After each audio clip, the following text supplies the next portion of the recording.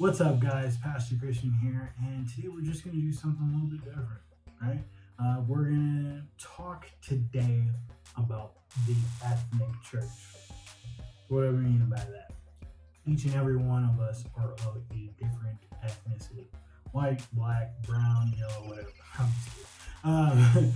But we're all of a different ethnicity, And so because of that, it makes so much wonderful flavors when we're together. And so that's what I want to talk about today, is how us as the church can begin to better understand each other in order to come together. So I wrote this post a few weeks ago, and I wanted to spend some time and dive into it and dive into some of the points of it so you can kind of see where we come from, what our perspective is, and what life looks like for us. And then I want to leave you guys with some scriptural encouragement to go on with your days with and really just shape how you live out your life and how we, as believers, can start to push the needle forward on making our churches the most united place in America. And I had an awesome childhood. I was one of 3 black families in a majority white neighborhood, which wasn't a bad thing.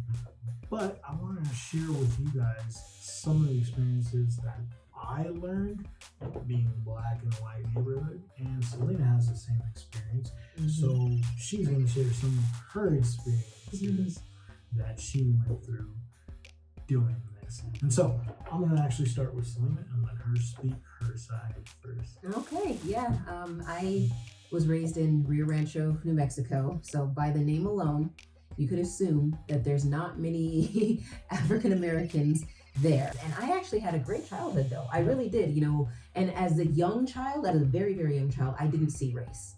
I actually didn't. As a very, very young child, I didn't. It wasn't until on the higher grades of 4th, 5th, not higher, higher of elementary, 4th, 5th, when it started to be a thing. And I remember my first experience was in a classroom, and a Caucasian child looked at me, and she was kind of staring at me, and I'm all looking at her, and she's like, "Why are your lips so big?"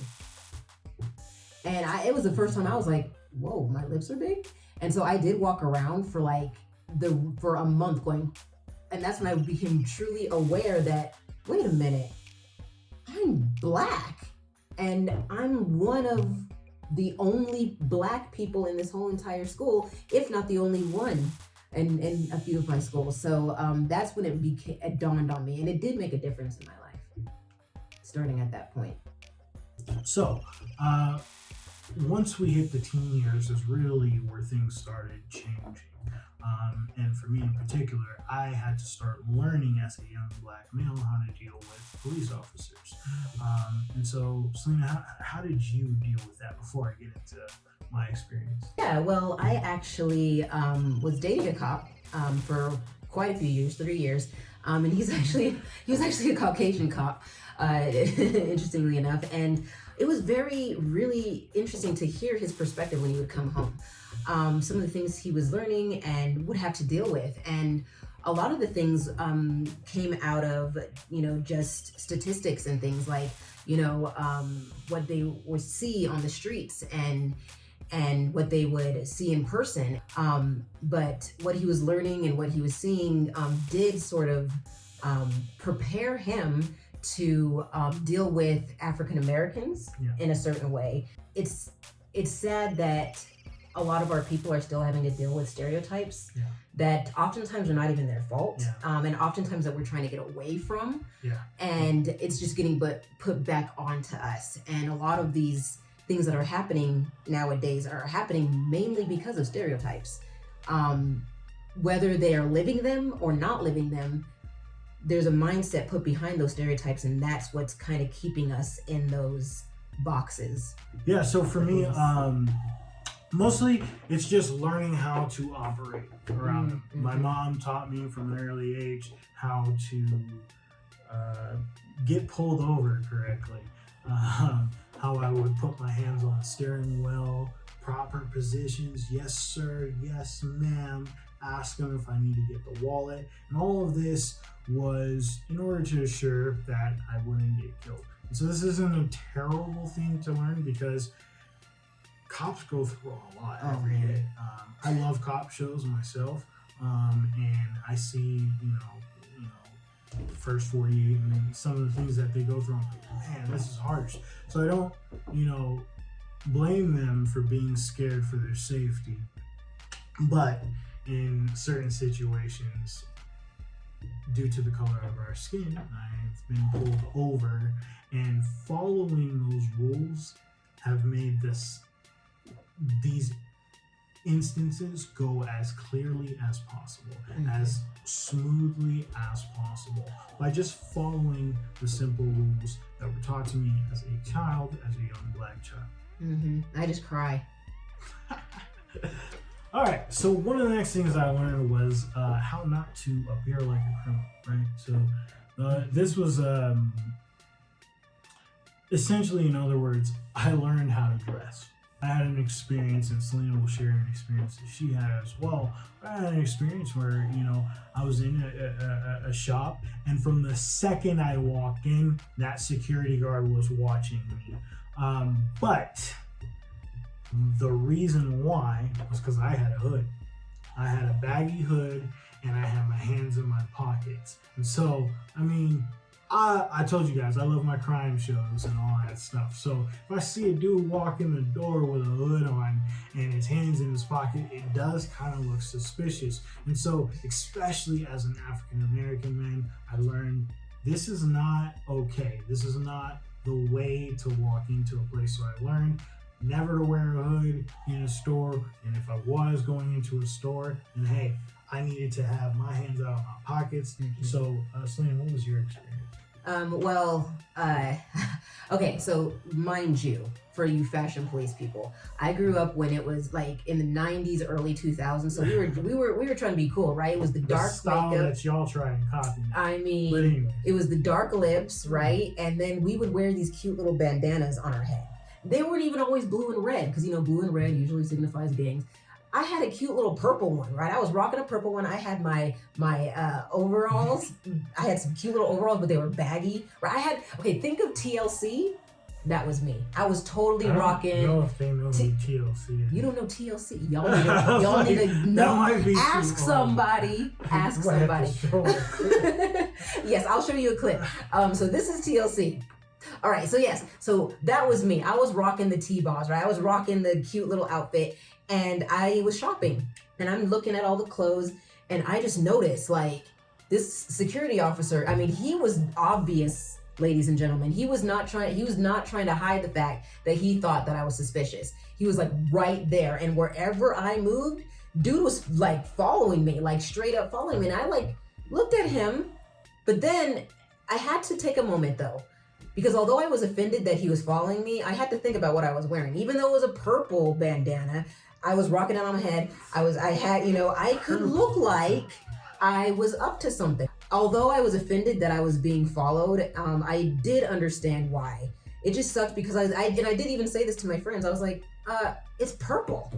Yeah. What kind of gang am I representing as purple? The Powerpuffs? Powerpuffs? But they're less likely to follow me if I'm dressed appropriately.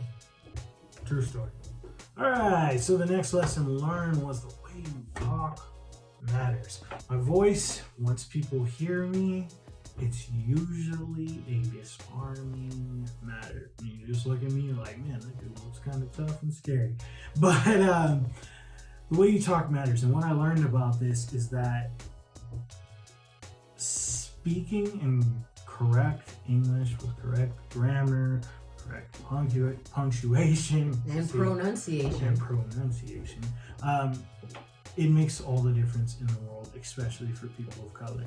I realized as a young Black man, if I wanted to get ahead in life, I had to start talking in a better way. Yeah, luckily my grandmother started our family on this path, and we realized this because we asked her. We said, why are we different? in a sense. And as an African American family, we were different. Even among African American people, like they would look at us and they would say, "Why you talk white?" Or "Why you trying to be like them?" This is all the speaking I know. I actually sound weird speaking Ebonics. I've tried. I've actually tried, and my people look at me like, "Girl, stop." Because I'd be like, "Yo, man, what's up?" See, it's bad. So, so this is my natural speech. But what I have noticed that one thing speaking this way does is, like Chris said, number one, it disarms any sort of stereotype that will be there. I've walked into interviews where someone may look at me like, "Oh no, what's about to come out of her mouth?" And I'm like, "Hello, nice to meet you. My name is Celina." And they're like, "Well, hello," and we have a great conversation. So it does matter, and I think it matters across the races, to be honest. Speech matters. The way you present yourself when you talk, it matters, and people like to hear you, and they like to understand you clearly. And it's better to do that in a formal English setting. So last, as we close today, it's not about you.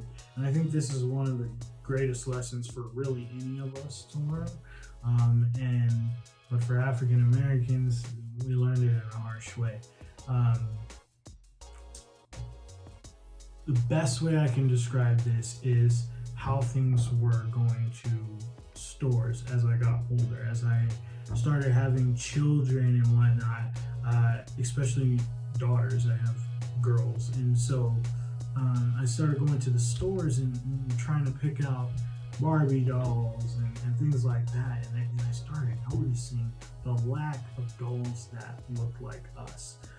Then it really started clicking to me and going backwards in my life and seeing, how television, I love Batman, I love superheroes and things like that, but just starting to notice just the lack of people who looked like us.